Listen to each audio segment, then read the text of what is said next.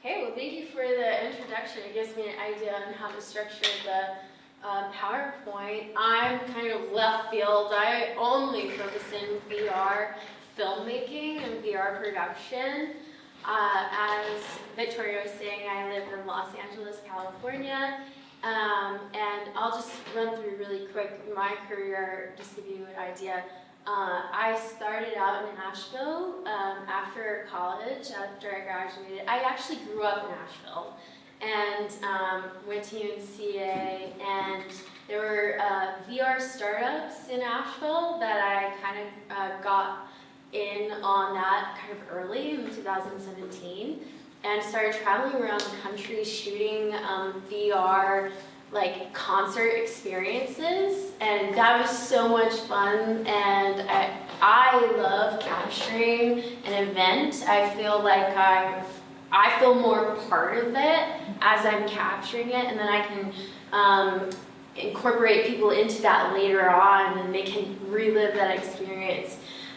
So that was my introduction to VR. So I got to shoot at like Red Rocks Amphitheater outside of Denver, Colorado. That was my first project, which was wild, really great opportunity.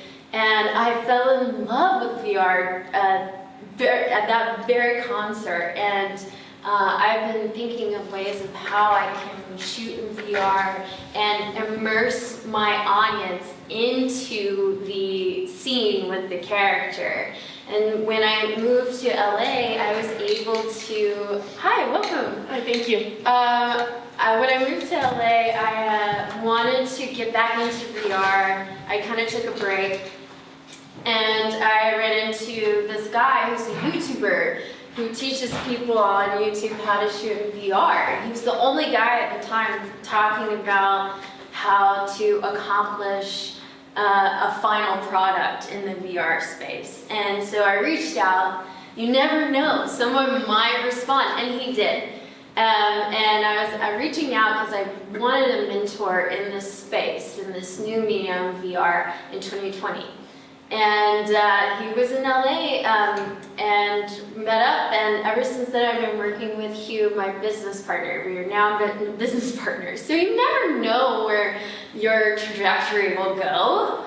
And that was really fun to meet a collaborator that was so ready to get out there and start shooting. At the time, it was during the pandemic, and so Venice Beach was completely kind of empty, so I took an advantage and shot my first VR film called In Tandem on Venice Beach, and I wrote, directed. I had my roommate at the time, who was also an actress, play the lead role, and I got another actor to play the other role, and so it was this sweet little VR film that I did on a whim, and I did it all on my own, just similar to what your projects are, doing it all on your own. And so now the space is growing. We have 2 competing headsets on the screen right now, and today I'm going to talk about cinematic storytelling in the Metaverse.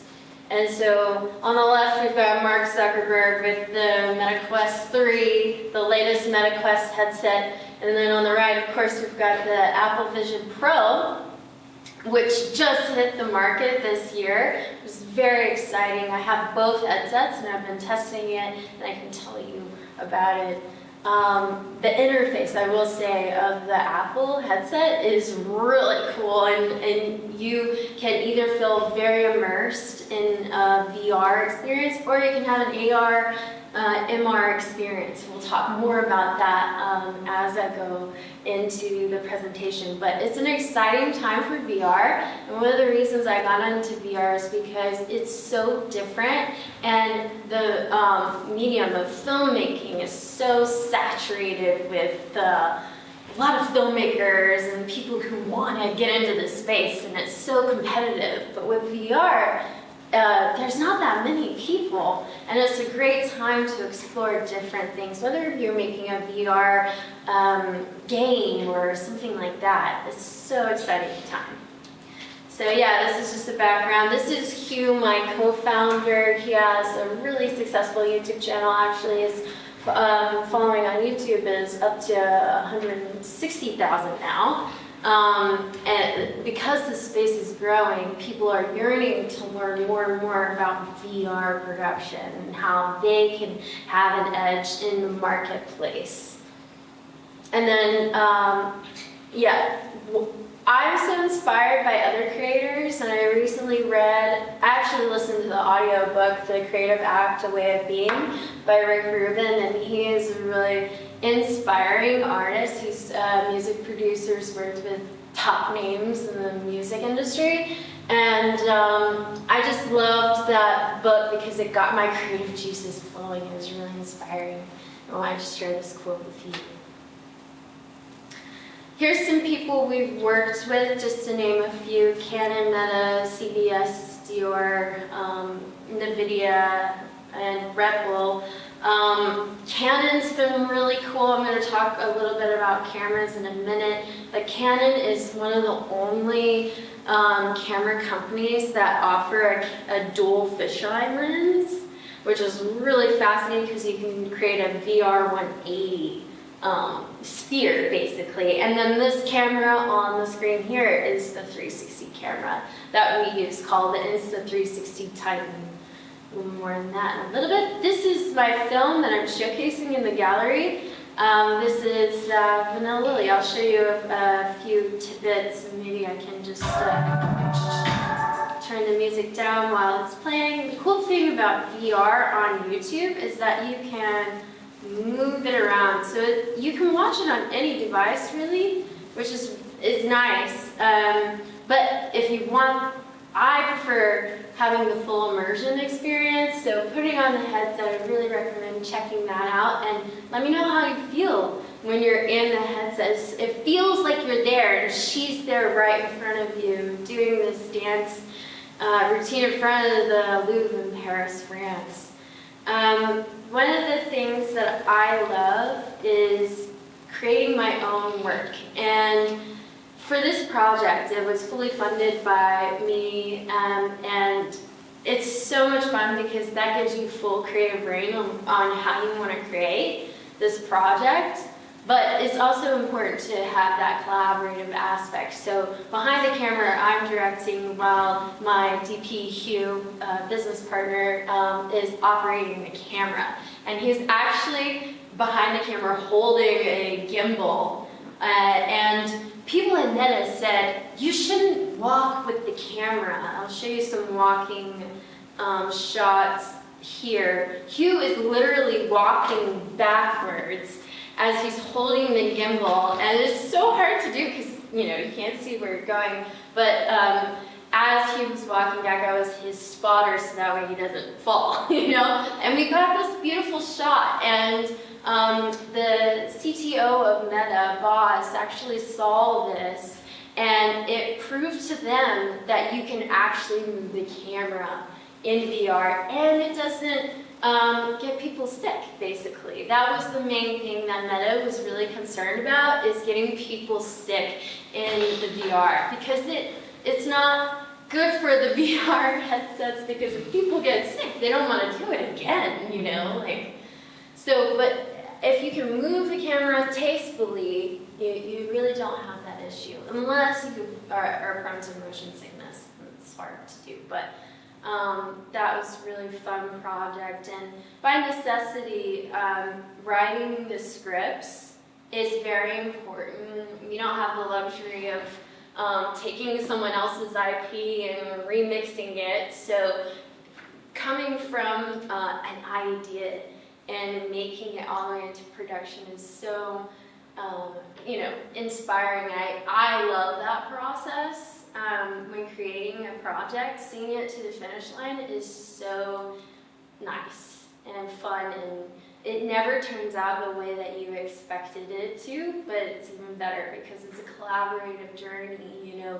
The actors bring something into it that you never would have thought of. And so it just makes it a better project. Here I'm going through art history. So the cool thing about Vanilla Lily is that it showcases real art history, as the narrative unfolds in a beautiful place. So I love that. Megan. Yeah. I just had a quick question. The walking city, was that near like the Opera House in Paris? No, No? Okay. that was on the bridge. I think A Night in Paris. Have you ever seen that movie? I think it was a similar place where they shot that. So now I'm going to talk about VR 180 versus VR 360. And so to me, a lot of people are opinionated in the VR space. Some people love VR 180, others love VR 360. I work in both. I love both, and it really depends on where you're distributing to for VR. So YouTube loves VR 360. They like to promote those videos, and then on the Meta platform, they love VR 180 because most of the time people don't look behind them to see what's going on. So it really depends on what platform you're promoting on.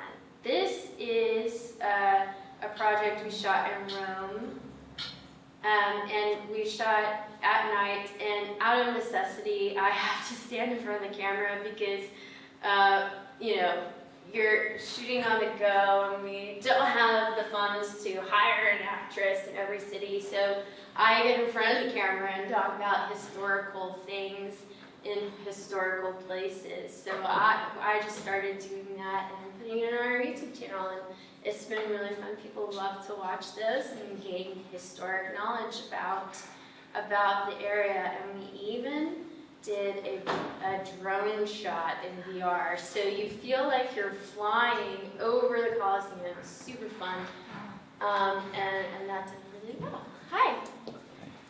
Hello. And then this project, just to give you a different idea, different taste of 360 versus 180. This is a 180 project that Meta funded, that I helped produce the post-production pipeline. And the director of this film actually worked on Free Willy and Life of Pi, underwater stuff. And so this guy's super enthusiastic about shooting underwater, and so this project is Oceans of Light, Dolphins VR, and you really feel like you're one with the pod, with the dolphins. It's really a phenomenal experience, and it was actually in Horizon Worlds, which is a 6-dolphin environment where avatars walk around and you can talk to different avatars in real time while watching this dolphins experience. So they're actually swimming with dolphins. I forgot to put the picture of the camera rig, but it's so impressive to see Bob out there with this massive camera setup, very similar to what you see her riding on. They call it a scooter. So that was a really fun project. That launched at the end of last year into this year. So that was really fun. And before I came to Asheville, I had to take a red eye because I had to go to this event for PGA event, which is Producers Guild of America in Hollywood. And we were nominated for the Innovation Award there. We didn't win. The competition was pretty steep. And it was just rewarding to be in the room with really big innovators in the space. Fantastic. Okay. Oh, this video needs requests. That's weird. Oh, maybe because I'm not logged, because you're not logged in? Oh, oops. That's okay, I can skip that. I think it was just another video showing the Horizon Worlds. Okay, so this is Dolce Mia. So I'm starting to create this IP, very similar to Vanilla Lily, very similar format basically. And so I have like women walking through these beautiful places of history, and they're on a mission basically, or trying to figure out their lives, and then the catalyst comes in and helps them to get them on their journey. So this is Dolce Mia. We launched this for Valentine's Day, and this is Florence, Italy, walking in the streets of Florence, Italy. So very similar format to Vanilla Lily. So yeah, creating your own IP is really great because then you own it, and you can decide how you want to distribute it and put it out there in the world. And it's so fun. And I really recommend putting your stuff out on the internet. You know, a lot of artists will get really bogged down into the nitty-gritty and hold it close to their heart and don't want to share it, but the more you share and the more projects you continue to work on, the better the work gets. So the more and more you can work on the project, finish it, and then start a new one, the better off it will be, and you'll learn so much along that process. So I really recommend doing that. I've learned so much shooting these 2 films, and I hope to continue this IP and create more episodes in this format. So she's talking about art history and things like that. This is me testing out the new headset. With me in Florence, Italy. We made this film available for the Apple Vision Pro. There's not a lot of content out right now for Apple Vision Pro, and I've heard that they're accepting apps like crazy right now, which is really exciting. But there's not a lot of content out there, and people are yearning for content, so we made it available for the Apple Vision Pro, and that's why it looks like this, because we made it a spatial video, which is a new format that just came to the market this year, basically. And it's more flat. It's like your traditional ratio, but it's 3D. And so 3D is making a comeback, and it's really exciting time for 3D and in the VR headsets. I'll let this video play. This is a project we did a couple of years ago with Karen X Chang, which is a really big influencer on Instagram. She was testing out the camera with the Canon dual fisheye lens, and then you can hear what her process was like using this tool. First time trying the camera for the Metaverse. It actually looks a lot like a normal camera, but it's got 2 lenses instead of 1. It shoots separately for the left eye and the right eye, and that's why the footage looks 3D. I'm just doing some simple camera tests here to see how close I can get to the camera. Okay, time to see what it looks like.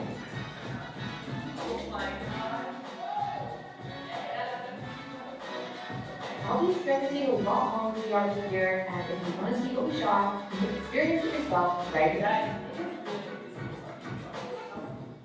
So that was really fun. Karen was really fun to experiment with. We actually did a 1-minute VR piece with dancers. So we had like 10 dancers on one project in this 1-minute video.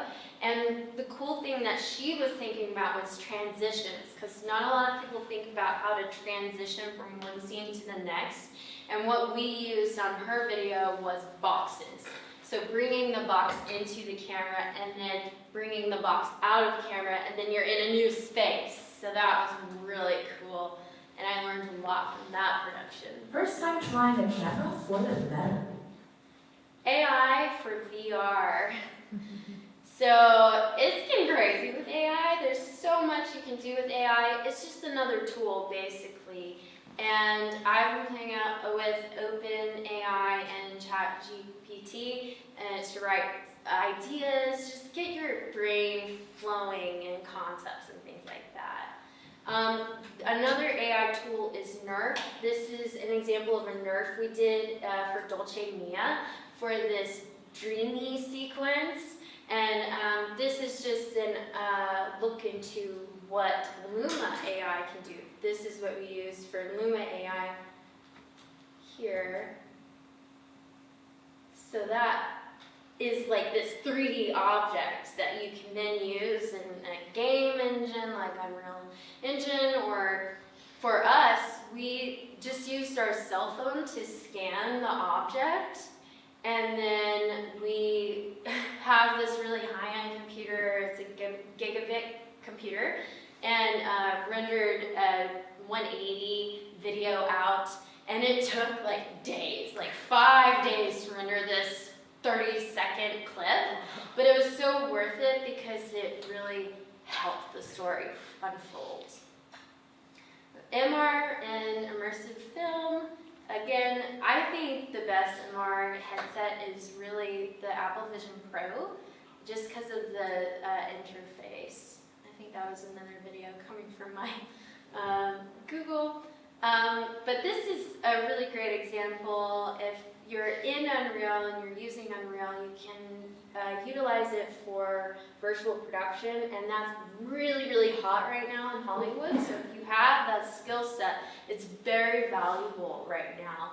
And so we actually took this plate with a 360 camera at a football stadium, and they were just queuing up the lights and things like that on set. VR theaters are really fun to distribute the videos and things like that. So that's that. And then 360 live stream is really big in sporting arenas. This was Super Bowl a couple of years ago, and you can see it's the 360 camera shooting the halftime show. And so they put white wrapping around the cameras so they wouldn't be seen, and they really blend in. But 360 live streams are really big. Software to use, just to have in your back pocket, would be, this is Mystica VR, Mystica Boutique. Mystica's amazing. They're located in Spain, and they're super helpful. I think they also have a student version, so check it out if you want to try it. They're just really great. I know them personally. And I've been using Mystica since 2017. They're always updating the software. Premiere, you can actually edit VR in Premiere, which is really cool. It has built-in plugins where you can do that. And then DaVinci is a bit more complicated and technical editing VR, but you can. Okay, and then distribution, these are the headsets that are prominently in the US. I, a lot of times, will use MetaQuest just because it's super easy to sideload and check everything out. Apple's coming into the space, more to come. And I want to leave you with whatever it is that you want to do in your career, why? What is your why? And exploring that. What's your intention when you're creating content? What is the drive?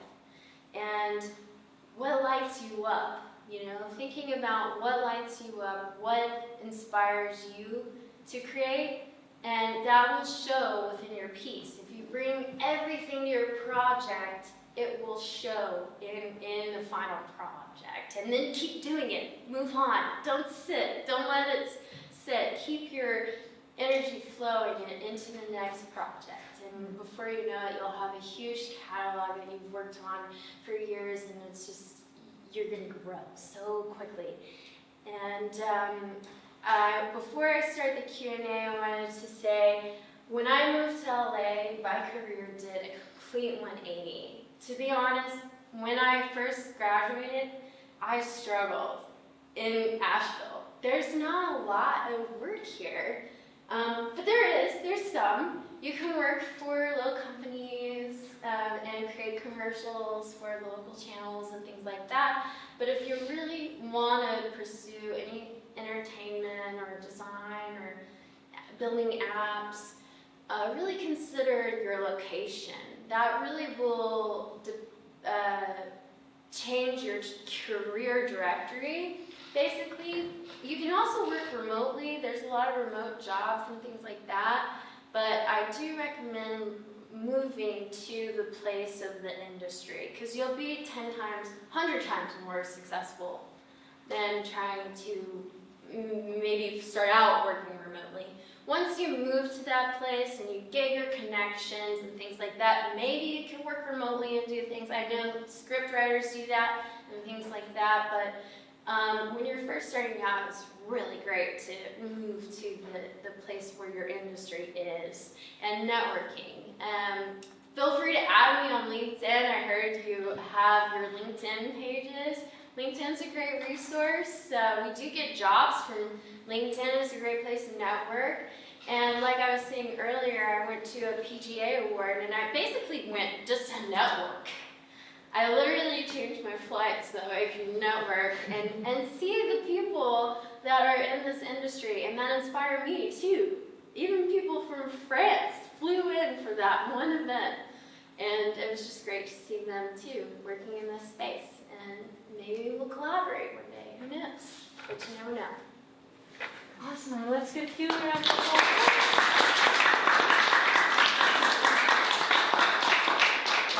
We're really privileged to have Keeley come and talk to us about the trajectory of her career and how it relates to all the things we're thinking about in this class as we come towards graduating. And if you guys have any questions, we can open it up to Q&A. Yeah, go ahead. I would have a question about the VR theaters, because VR is still very much a niche thing right now. So it's what are the chances of something like a VR theater increasing in others places besides major cities like Los Angeles? VR theaters, you could basically set up a theater anywhere with good internet. So one year I set up a theater at Sundance, and it was just a 5-headset setup, but it's really impactful. You could set it up anywhere. And it's honestly the best way to make your money back and make revenue. I was just talking to a friend about how one of our clients in Australia, they do a lot of scientific documentaries. They shot a documentary about a telescope that takes radio waves from the sky and builds it and all of that, and it was a beautiful scientific piece, and they put it in museums and made their money back in revenue, and that's definitely the way to go. Right now, the really cool thing is domes are getting really huge. So the Sphere in Las Vegas opened up not too long ago, and I got to see it, and on the outside they have LED boards all around it. So it's a really cool time to get into immersive filmmaking because the ratio is only getting bigger, and it's pretty small. But if you can make something that fits all sizes, that's really cool.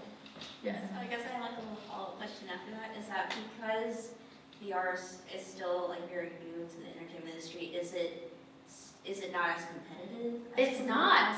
It's not. There's actually not that many companies doing it, and I've, for example, the French production company I was talking about, Targo, they've been around for a while. I've known them for a while, but it's very small niche, and there's a yearning for content right now, especially with the new Apple Vision Pro, so it's a really great time to get into this space.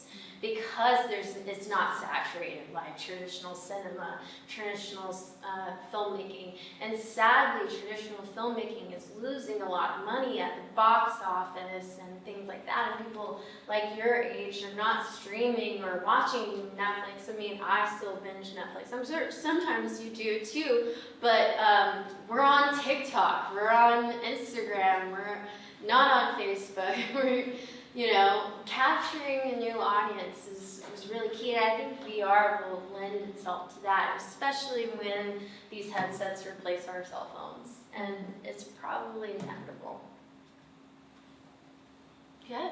Yeah, I had a question about, I guess, the different platforms that you work with, because I know Oculus has their platform, and then now Apple, and also HTC, and they're all very proprietary. You can't, there's nothing.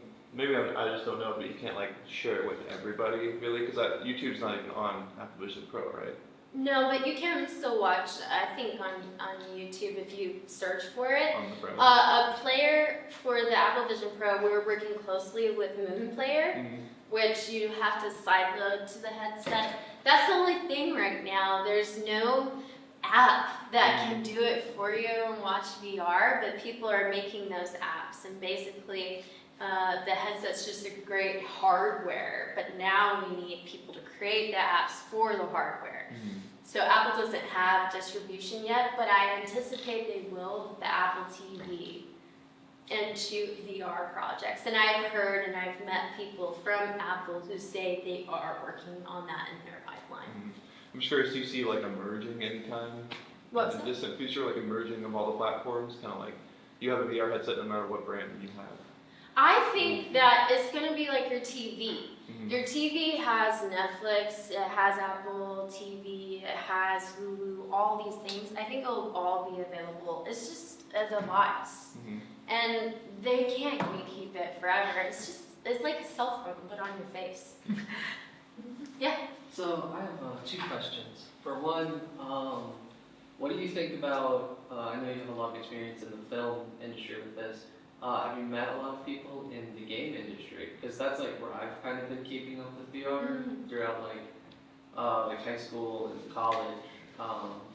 So that's the first question. And then the second question is, what do you want? Like, what do you want to see out of VR? Like, if you could just like fast forward technology right now, what's one thing you'd want to just like have So to push VR even further? for me, I haven't actually made a game in VR. I'm in a niche within a niche. When you think of VR, you think of VR gaming, and Meta did it the best with all their gaming videos and roadblocks and things like that in the VR space. I think Unreal has a huge potential. You can already make VR games in Unreal. I've dabbled in Unreal. It's so in depth and it takes a lot of R&D development to figure it all out. And unfortunately, at this time, I don't have the time to do the research, but I love Unreal and its capability, and I think it's only going to grow from here. And you can build apps now in VR. What was your second question? If you could like fast forward all of this tech, Where did I want it to go? like what is like one thing you just wish every time you're making a project you could do? Because I know for like us, like there's just that one thing we're like, oh, I really wish, especially with like UX design. Yeah. Like, what is this one thing? The that one could thing sell? that I wish I had was, so in MetaQuest, there's MetaQuest TV where it can upload my film. Anyone can. You can create right now a creator studio for the MetaQuest TV and upload your VR videos. I have that for a 3DOF experience. So 3DOF meaning 3 degrees of freedom. I want to create 6 degrees of freedom, meaning you can interact. But in order to do that, you have to create a whole app ecosystem. I don't want to create a one-off. And so that's tricky. That's why I haven't made anything interactive to date, because it's so expensive. And there's no guarantee that you'll get out of App Lab. I think that's what it's called on the MetaQuest before. And they have to approve the app before it goes on. So, but with the Apple Vision Pro, they'll approve it, and then it's ready to go. You can sell the app to all the users and whatnot. So I'm really looking at building an app for the Apple Vision Pro. Thank you so much. Yep. Hi, so I studied abroad in France last year, Sweet. and I'm just wondering how you went about filming those projects, like the Vanilla Lily project and that other one. What specifically do you have a question about? Did you live in Paris, or did you commute there? Or Yeah, so whenever I'm traveling, I always want to shoot or create, because I'm in such a beautiful place. I was going to France for a film festival, and I knew I wanted to plan out a trip to Paris. So I stayed longer after the festival, and I had time to plan. So I found actors on a platform called Backstage, and I found some amazing actors. Actually, that actress was in Cirque du Soleil, and so I was really lucky to find amazing talent, and so I did the same for Dolce Mia, and I knew I was going to Florence. So just planning it all out. And both films, I shot it in one day. It's kind of crazy, but you can do it if you try it, you know? So I really recommend get out there, try filmmaking, try it downtown Nashville, and set up a whole plot. And it doesn't have to be as in-depth as Dolce Mia or Vanilla Lily. It can just be one place. But yeah, so that was my process. I wrote the script and then directed it all in one day.